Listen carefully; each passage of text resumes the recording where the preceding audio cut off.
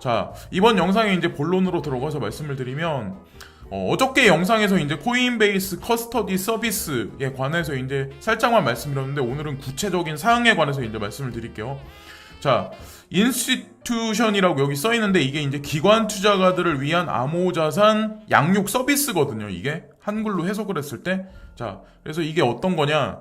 코인베이스 양육권은 자격을 갖춘 관리인입니다. 자, 이게 어디 기관에서 허가를 받은 거냐면 미국 정부한테 사실상 이제 허가 받은 거나 다름없는 건데, 코인베이스 커스터디 코인베이스는 독립적인 독립 사업체로 운영됩니다. 코인베이스 커스터디는 뉴욕주의 뱅킹 로우의 신탁입니다. 모든 디지털 자산은 고객의 이익을 위해 분리되어 신뢰됩니다. 여기 보시면은 뉴욕주의 뱅킹 법에 의해서 이게 한다고 하잖아요. 그러니까 은행법에 따라서 이 코인베이스 커스터디도 그대로 이거를 이제 서비스를 고객들한테 이제 하는 거거든요. 그러니까 뭐 특별한 법이 딱 설정된 게 아니라 은행법에 따른 거니까 더더욱이나 공정성이나 제도권 수용에 관해서 이미 갖춰졌다고 봐야 돼요. 그리고 아마 여러분들도 아마 아시다시피 전 세계에서 내놓으라 하는, 뭐 어떻게 보면 미국이 전 세계 주도권을 잡고 있는데, 그 미국에서 정부에서 인정한 어떤 그 거래소가 사실은 코인베이스라는 걸 여러분들이 이제 아셔야 되고, 가장 중요한 건 이제 기관 투자가들이 어떤 생각을 갖고 여기다 투자를 하냐면, 코인베이스의 기관 제품군은 펀드 매니저와 기관 투자가가 자신이 최선을 다하는 것에 집중할 수 있게 함으로써 업계를 발전시키고 있습니다. 자, 우리가 생각하는 이제 펀드 매니저라는 사람들, 그런 사람들이 주로 이 서비스를 이제 주로 이용을 하는데, 거기 나와 있는 커스터디 서비스에 주로 포진되어 있는 코인들에 관해서 이제 말씀을 드릴게요.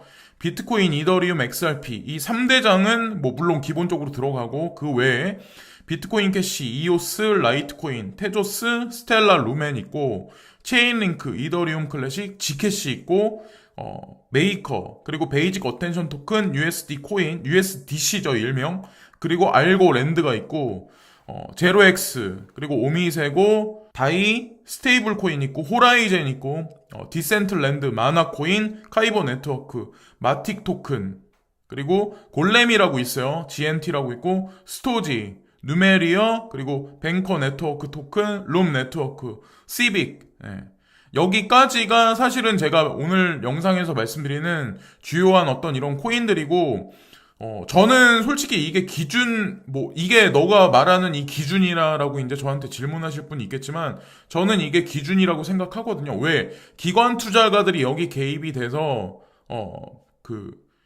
코인베이스 커스터디 서비스에 많은 자금을 여기 넣어서 이 코인을 유통시킨다는 의미는, 사실 알고 보면 저는 아직까지 법이 제도권 수용에 이게 허가됐다 막 이렇게 딱 공개적으로 나오진 않았지만, 이미 물밑에서는 기관 자금들이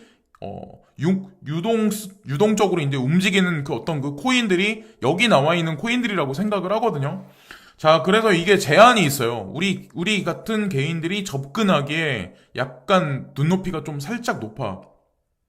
그래서 내가 만약에 이 서비스를 사용하려면 최소 잔액이 11억 8,500만 원이에요. 지금 그러니까 달러 환율 기준으로 해서. 자, 여기 나와 있는 게 이게 최소 금액이고, 설마 그 기관 투자가들이 이 금액만 넣겠어요? 더 막대한 돈을 아마 투자를 할 거고, 그러니까 여기 보면은 뭐 양육권 서비스에 관해서 B가 이제 적용되는 게 사용 수수료가 제로부터 $10,000까지. 그러니까 당연히 거래액이 높으니까 당연히 수수료도 $10,000 가까이 되죠. 최고액이. 그렇게 될 수밖에 없고. 그리고 이제 코인베이스 커스터디 서비스에 나와 있는 코인들하고 가장 중요한 거는 여기 보면 바이낸스 선물 시장에 상장돼 있는 코인들하고 같이 이렇게 크로스오버 시켜서 거기서 이제 중첩돼 있는 코인들이 아마 분명히 있을 거예요.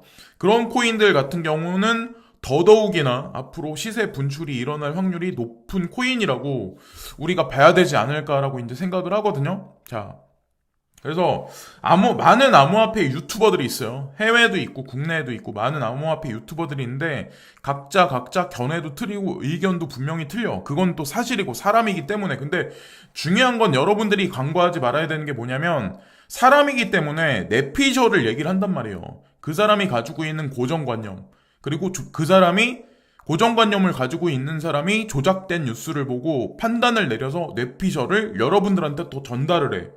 그리고 그 사람이 제한된 배경 지식을 갖다 뇌피셜을 또 여러분들한테 전달을 해. 그럼 그게 공정성이 있냐는 거죠. 그리고 그런 어떤 그 정보들이 기준이 될 수 있냐는 거지. 그래서 저는 이제 말씀드리잖아요. 바이낸스 선물 시장에 리스트업돼 있는 코인들 아니면 코인베이스 커스터디 서비스 기관 투자가들 위주로 지금 리스트업이 돼 있는 코인들 위주가 제가 봤을 때 공정성이나 어떤 여러 면에서 그게 더 그렇게 추종하는 게 더 합리적이라고 생각을 하거든요. 이런 뇌피셜보다는. 그래서 사실적 근거가 바탕이 돼야 된다고 저는 생각을 하거든요. 이런 논리를 필 때 항상 보면은. 그래서 어쨌든 근거가 있어야 된다. 뭐 자신감도 마찬가지로 그냥 내가 자신이 있는 게 아니라 근거가 있이 자신감이 있어야 된다고. 그리고 마지막으로 이제 한 가지 말씀을 드리면 어떤 거냐면 이런 거거든요. 그러니까 뉴스를 보시건 아니면 제가 말씀드린 이런 정보를 보시건 여러 가지 분석을 해서 크로스오버되는 시점을 찾으셔가지고 코인 투자를 하시라는 거지. 급등했을 때는, 그리고 가장 중요한 거 급등했을 때는 그 코인은 사지 마시고 눈여겨봐 두셨다가 사람들이 막 욕을 하고 막 그럴 때 폭락장이다 막 이럴 때 그때만 매집하시고 폭등장에 분위기 휩쓸려가지고 괜히 막 이렇게 동참하시면 괜히 돈만 날려요. 그러니까 그러지 마시고 이럴 때일수록 컴다운 하시면서 좀 냉정하게 객관적인 어떤 그 자료를 근거로 해서 투자의 지표로 삼으시라는 거죠.